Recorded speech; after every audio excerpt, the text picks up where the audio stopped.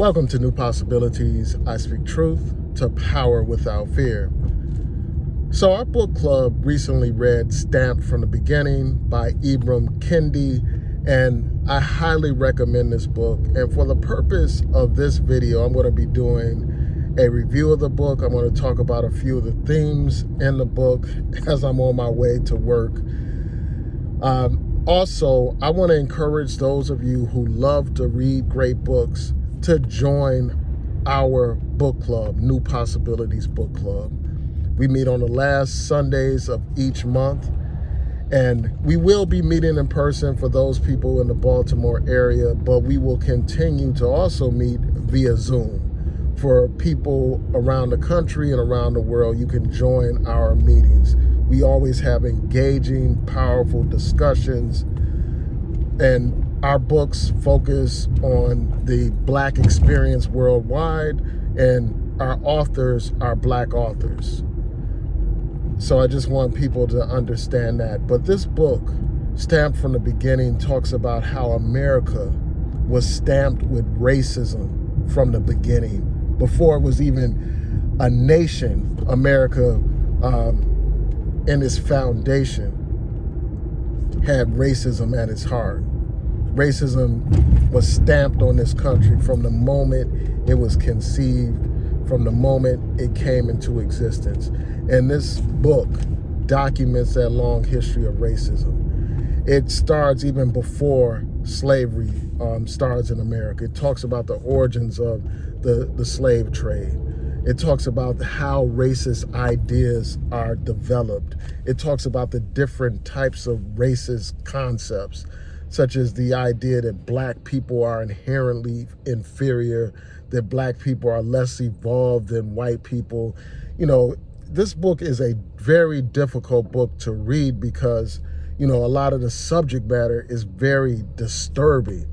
And I felt myself getting angry as I was listening to a lot of the various segments in this book, because it talks about the racism that Black people experience. It talks about these pathological racist views that these people have and had about Black people. So, you know, you have one idea that Black people are inherently inferior. You had this other idea that Black people can become white if they are in certain climates, and, you know, they considered our Blackness as like some kind of curse or some kind of abnormality as a result of climate conditions and et cetera. And, you know, so there were various ideas of racism. And it talks about how racist ideas are developed as a result of racist policy. You know, so this covers the time of slavery. It covers the Jim Crow era, and it covers modern times. So it takes you from before slavery through the Obama administration. This book deals with some very difficult subjects, such as, you know, first of all, it covers the different types of racism. So you had a segregationist racist, you have the assimilationist racist. And that's something that I never even thought about as a manifestation of racism. One of the things that I learned in this book is how even some great people like W.E.B. Du Bois, you know, a man who spent his life fighting against racism, spent his life fighting for justice and equality, even him in his early stages of political development espouse certain racist views towards Black people. And, you know, speaking of Du Bois, this book goes through the famous ideological discussions and debates between people like W.E.B. Du Bois and Booker T. Washington. And at one point, W.E.B. Du Bois agreed with Booker T. Washington on some key points. But this deals with the discussion between him and and Booker T. Washington. It deals with the debate and issues between W.E.B. Du Bois and Marcus Garvey. It deals with very painful subjects of colorism in the Black community, of biracial privilege in the Black community. It deals with gender racism which is something that is very disturbing. And as like my, one of my subscribers said, the sister Elaine Lloyd pointed out, how one of the things that's shocking about this book is to learn that this black misogyny is not some new development. Like, many people will think of black misogyny in terms of, this recent phenomenon of these black podcasters and, so-called manosphere folks who love to bash women and all that kind of stuff. No, it didn't start there. This book goes back to Jack Johnson, the famous black boxer. There's so many black people took pride in seeing him defeat these white boxers. But while he was boxing these white men, he was sleeping with these white women. And not only was he sleeping with them, just as a coincidence, in this book it talks about how white women are better than black women, saying the same things that you hear these black misogynists say nowadays. He went on to talk about how a black woman doesn't cater to her man, doesn't stroke a man's ego and lift him up and all this other stuff, but a white woman does. That's what he was saying. At a time when black people were being lynched, at a time when it was the white woman who was sitting beside her white man as he lynched black men and women. So yeah, so that's one thing. And then one of the most profound quotes in this book dealing with this issue of gender racism is a quote from Frantz Fanon. He's the famous author that's written some powerful books. And this quote comes from Black Skin's White Mask. I think that's the title of it. It's a book that I read way back in college.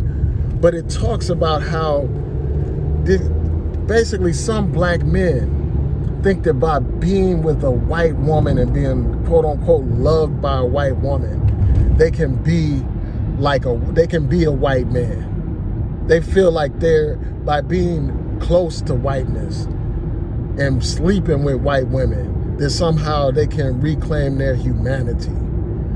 And one of the quotes, he talks about by grasping this white woman's breast, he is grasping onto white civilization. It is so sickening that, that's an issue that we have been dealing with for a long time, this gender racism and all that kind of stuff. He also deals with the idea of uplift suasion. That's a very important subject in this book. This idea that if black people were educated, if black people took on the mannerisms of white folks, and if black folks just behaved well, then somehow that will persuade white people to treat us like human beings. So in today's society, that's basically called respectability politics. And you have a lot of people that believe in that stuff even to this day. That somehow you can behave your way out of racism and white supremacy. He also talks about, media suasion. He has a very interesting discussion about that.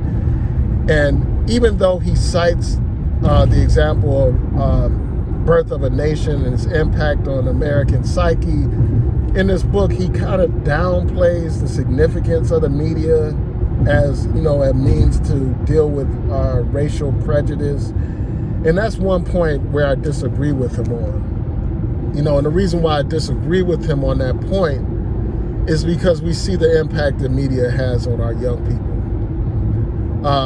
This book talks about the movement of C. Dolores Tucker against gangster rap and all that kind of stuff. And while people were ridiculing her back in the day, today we can see just how relevant what she was saying actually is. When we look at the emergence of thought culture, where it's the norm for a woman to act and, present herself as a virtual prostitute nowadays, we can see the relevance of what she had to say when now, in order to, like most of the rap that you hear, a lot of it glorifies violence, glorifies gang lifestyles, glorifies not only selling drugs, but using drugs as well. There was a time when people would be clowned for being a crackhead or being a quote-unquote junkie and all that kind of stuff, but now being a dope fiend is celebrated. We got songs singing about opioids, where people are basically bragging and celebrating being strung out on these opioids. So I think that there's an impact to this whole thing. And the impact of the media, reminds me of a story that someone was telling me about how they went to Kenya, and the young people in Kenya were asking them if they are quote-unquote nigger because of what they heard in all this rap music and stuff like that. So I think that the media has an impact. So that's one of the points that I disagree with him in this book. But he talks about everything from he talks about the Obama administration, the challenges that Obama faced, around race and all that kind of stuff. And this book is particularly relevant. This book will always be relevant as long as race is a factor in this country. It is particularly relevant now in light of what we've heard about the killing of the brother Tyree Nichols. So this is a book that I highly recommend. If you want to learn about get a thorough sense of the history of racism in this country, this is the book to read. It's a challenging book to read in terms of the subject matter being so disturbing and everything like that. It is the kind of book that you feel the need to constantly take notes. So, again, I highly recommend this book. Again, the name of the book is Stamped from the Beginning by Ibram X. Kendi. So I recommend the book. And I also, again, recommend that you join our book club, New Possibilities Book Club. Like our page on Facebook. That's the primary way that we communicate is through Facebook. And again, I will post a link to the Facebook page in the comments and in the description box to this video so that you all can like that page and join the discussion. If you enjoy great discussions with great people about great black books, then New Possibilities Book Club is the book club for you. There are plenty of book clubs that you can go to where they talk about any and everything, but this is a black book club focusing on black issues. So with that, peace and blessings. And if you haven't figured it out by now, New Possibilities is back. I will be posting frequently again. So peace and blessings. Have a great day, folks.